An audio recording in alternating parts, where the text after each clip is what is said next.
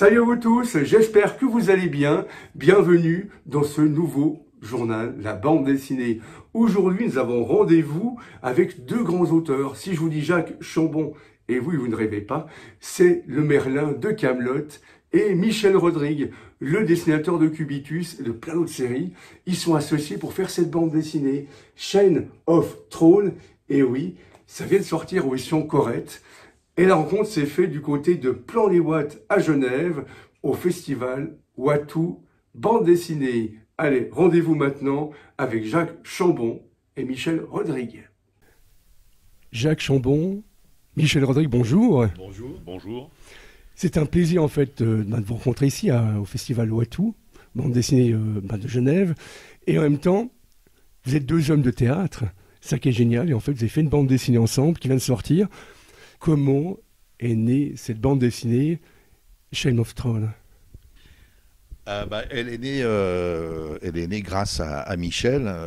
Chain of Thrones, au départ, c'est une pièce de théâtre, une comédie que j'avais écrite et que je joue avec Brigitte, ma femme, qui est comédienne aussi. Et donc, c'est une comédie, une satire politique sur la monarchie, mais aussi une satire sur la vie conjugale et sur les abus du pouvoir quand il est confié à un homme brutal et stupide, flanqué d'une femme machiavélique et dangereuse. Voilà, donc ça, c'était le propos de la pièce. Et comme toute pièce de théâtre, elle est très limitée dans l'espace, elle est très limitée dans le temps, et voilà. Donc, et Michel un jour vient voir le spectacle et à la sortie me propose, me dit est-ce que ce serait sympa de l'adapter pour la BD? Et dans mon esprit, c'était complètement iconoclaste parce que d'abord, c'est deux personnages qui discutent dans une pièce fermée de ce qui se passe dehors, donc il n'y a pas grand-chose à voir. Et puis il m'a dit l'avantage de la BD, c'est justement qu'on a les moyens d'une major d'Hollywood, c'est-à-dire qu'on peut inventer ce qu'on veut, on peut faire des effets spéciaux, on peut faire des cascades, on peut faire des foules, on peut avoir des figurants autant qu'on en veut, donc on va pouvoir raconter ce qui se passe dehors, et c'est comme ça qu'est née l'idée d'adapter la pièce. Et ensuite je laisse la parole à Michel, parce que moi j'ai bossé comme un béotien, comme un débutant, puis lui il m'a beaucoup aidé grâce à des allers-retours entre lui et moi sur le travail d'adaptation, et voilà, c'est lui qui m'a mis le pied à l'étrier dans ce monde de la BD, et je lui passe la parole pour qu'il explique le long cheminement méthodologique qu'il a dû me faire parcourir. Non, Jacques est modeste parce qu'en fait, il connaît la bande dessinée, il est lecteur et puis il a fait même des voix pour des doublages. Oui, justement. Donc voilà. Pour Astérix. Voilà, entre autres, voilà. Troll de Troie. Enfin, oui. Bon, voilà. Et effectivement, j'ai dit à Jacques, mais c'est un huis clos. Donc le huis clos en bande dessinée, c'est vite fastidieux à lire. Et on a l'avantage de pouvoir montrer ce qui est évoqué sur scène. Les personnages qu'on a au téléphone, les faits qui sont évoqués par le roi et la reine, là on va les montrer. On peut faire des flashbacks, on peut même, autour d'un personnage qui est évoqué aussi dans la pièce, par la reine, le fameux Jean-Jean, son amour de jeunesse, là on va le montrer, on va montrer ce qui s'est vraiment passé, comment ça s'est passé, ce qui n'est pas raconté. Donc c'est une véritable adaptation qu'on a travaillé ensemble. Et puis en se disant, la bande dessinée c'est du cinéma sur du papier, c'est comme si on l'adaptait au cinéma, effectivement, donc en rajoutant beaucoup de choses. Et malheureusement, ce qui était un peu un crève-cœur, c'était de couper des parties du texte, parce que le texte est très très bien écrit, et c'était de couper des parties du texte. Mais Jacques a une formule pour présenter ce couple comme ça, c'est un peu les Ceausescu chez Ubu-Roi, quoi. Voilà. Et donc le travail s'est fait sur un texte qui est, comme dit Jacques, satirique. C'est de l'humour noir, c'est sans concession, c'est très drôle. Et du coup, ça m'a amené, moi, à changer un peu de style de dessin, de ce que j'ai fait principalement, à avoir un dessin beaucoup plus satirique et caricatural. Et ce qui est génial, c'est qu'en fait, on a un pays complètement imaginaire, hein, c'est Translavie. Et moi, ce que j'aime beaucoup, en fait, c'est qu'on se plonge case par case, donc on a le passé, et après on a ce qui se passe maintenant, et en même temps il y a une grosse révolution, c'est un peu la révolution française, sauf au temps de maintenant, et en même temps ce qui est génial, c'est qu'il n'y a pas vraiment d'époque, parce que quand on voit certains, en fait, les villageois, on a l'impression qu'on est au Moyen-Âge, mais quand on voit le roi et la reine, on a l'impression qu'on est maintenant. Oui, en fait, je voulais dès l'écriture de la pièce, je voulais quelque chose qui soit un peu, qui soit intemporel et qu'on puisse pas situer très très précisément géographiquement. Donc, je me suis inspiré effectivement un peu de ce que faisait Hergé avec la Sildavie. Je me suis dit, dans cet univers-là, il y a le téléphone, mais il n'y a pas le téléphone portable, il n'y a pas le cellulaire, il y a la radio, mais il n'y a pas la télé. Voilà, donc je voulais un univers, pour moi c'était un peu un univers des années 30 à peu près, qui puisse se prêter aussi à l'iconographie dictatoriale de ces périodes-là, quoi. Voilà, je voulais quelque chose d'un peu imprécis, de façon à ce qu'on puisse se projeter de n'importe où et de n'importe quand, sachant que la pièce, elle a quand même été très influencée aussi dans mon esprit par ce qui se passait en France à ce moment-là, qui était les gilets jaunes, des manifestations, de la police, enfin bref, qui n'existe plus, heureusement. On parle du passé. Non, voilà, il y avait une agitation sociale qui était assez bouillonnante à ce moment-là, et c'est ce qui sert d'arrière-fond, d'arrière-plan à cette histoire. C'est que le roi et la reine sont dans leur palais, mais dans le pays, ça commence à bouillonner et ça va péter. Voilà. Donc il y avait aussi cette envie de parler de ça sans faire de la chronique d'actualité, mais en évoquant un pouvoir qui est un peu acculé dans ses derniers retranchements. Et c'est vrai qu'en fait, il y a une radio, mais en même temps, c'est la propre radio du roi. C'est lui qui parle, c'est lui qui explique. C'est la radio officielle, donc oui. C'est la radio officielle, donc il délivre la bonne parole, tout va bien, dormez tranquille, jeunes gens et citoyens, voilà. Ouais, puis de l'autre côté, il tue tout le monde. Et c'est vrai que je trouve génial parce qu'en même temps, on a le fléau qu'on appelle, c'est ces oiseaux aux têtes de monstres. Alors ça, c'est l'invention de Michel, c'est le génie de Michel qui a... Si, parce que je te laisse expliquer, parce que c'est toi un jour qui m'a dit, mais ça serait bien, et je me suis dit, mais génial, en fait, il y a l'idée d'incarner une espèce de malédiction qui pèse sur ce royaume où tout est, qui est triste, c'est une super idée. Bravo, monsieur Rodrigue. Et le fléau, monsieur Chambon. Voilà, et le fléau, en fait, il sauve le peuple. Alors, en fait, on disait, tiens, il faudrait quelque chose qui exprime la colère du peuple, mais pas directement, c'est-à-dire une sorte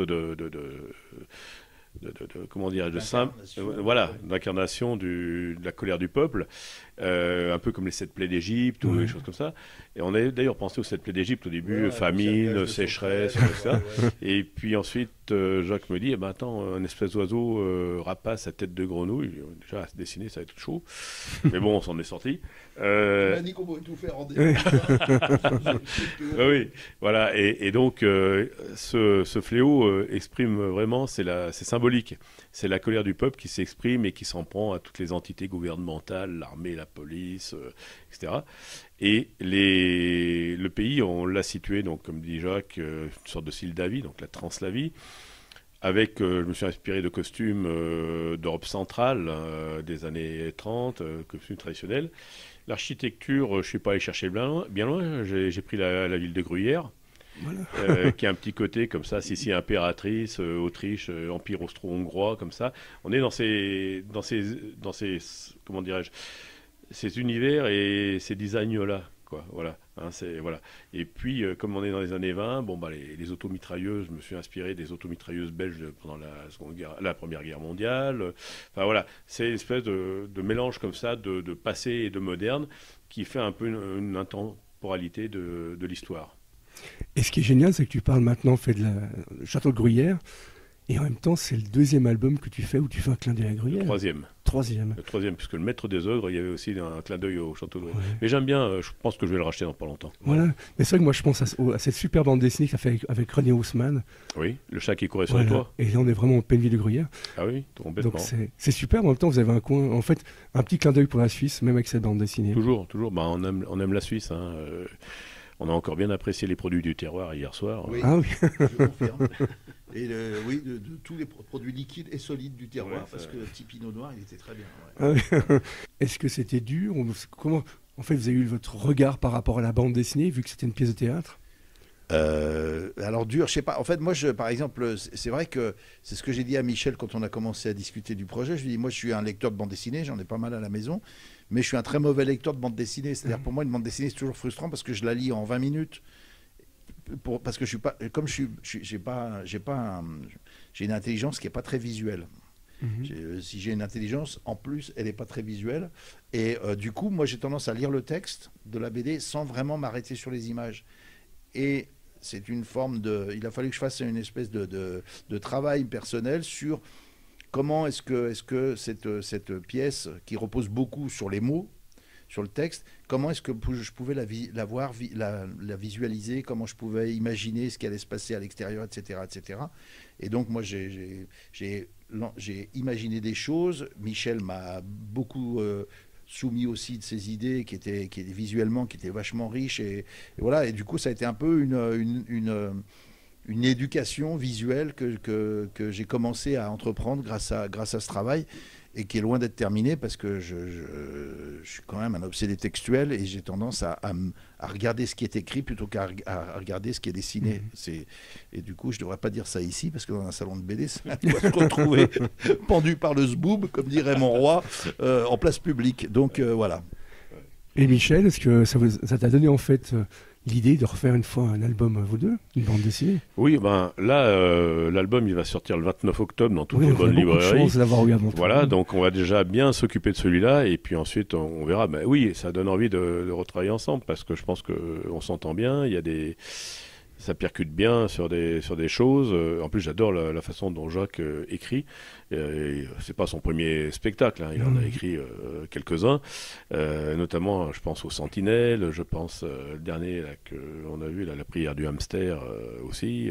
Enfin bon, je pense à Milady en sous-sol. Enfin bon, il y a pas mal de spectacles. Tous ne sont pas adaptables en BD, hein, loin s'en faut.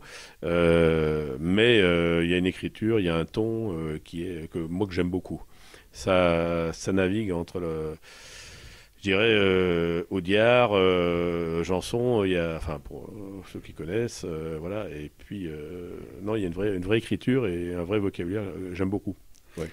Et ma dernière question, j'ai vu que sur la bande dessinée, ce qui est génial en même temps, il y a le côté Kaamelott, c'est-à-dire que on annonce, en fait, c'est quoi? C'est un petit clin d'œil, dire, bah voilà, le deuxième film va sortir, vu que c'est marqué. Non, alors il se trouve qu'il y a une conjonction de la sortie de l'album avec la sortie du volet 2 au cinéma de Kaamelott, mais c'était pas du tout volontaire. Enfin, c'est un peu comment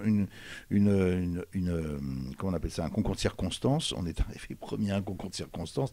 Voilà, et il se passe aussi que, la production, Régular Production, la boîte de production d'Alexandre Astier a accepté hyper gentiment qu'on mentionne le fait que j'étais le Merlin de Kaamelott, parce qu'effectivement le côté vu à la télé, ça aide à parler de la bande dessinée, ça aide à faire parler de la bande dessinée, mais voilà, non, il n'y a pas de relation organique entre les deux projets. Il se trouve juste que moi je suis dans les deux et que voilà, et que c'est un univers où il est question de roi, de reine et de partage du pouvoir ou pas, et que c'est des thématiques qu'on peut aussi retrouver effectivement dans Kaamelott, dans certains épisodes, c'est certain. Ouais.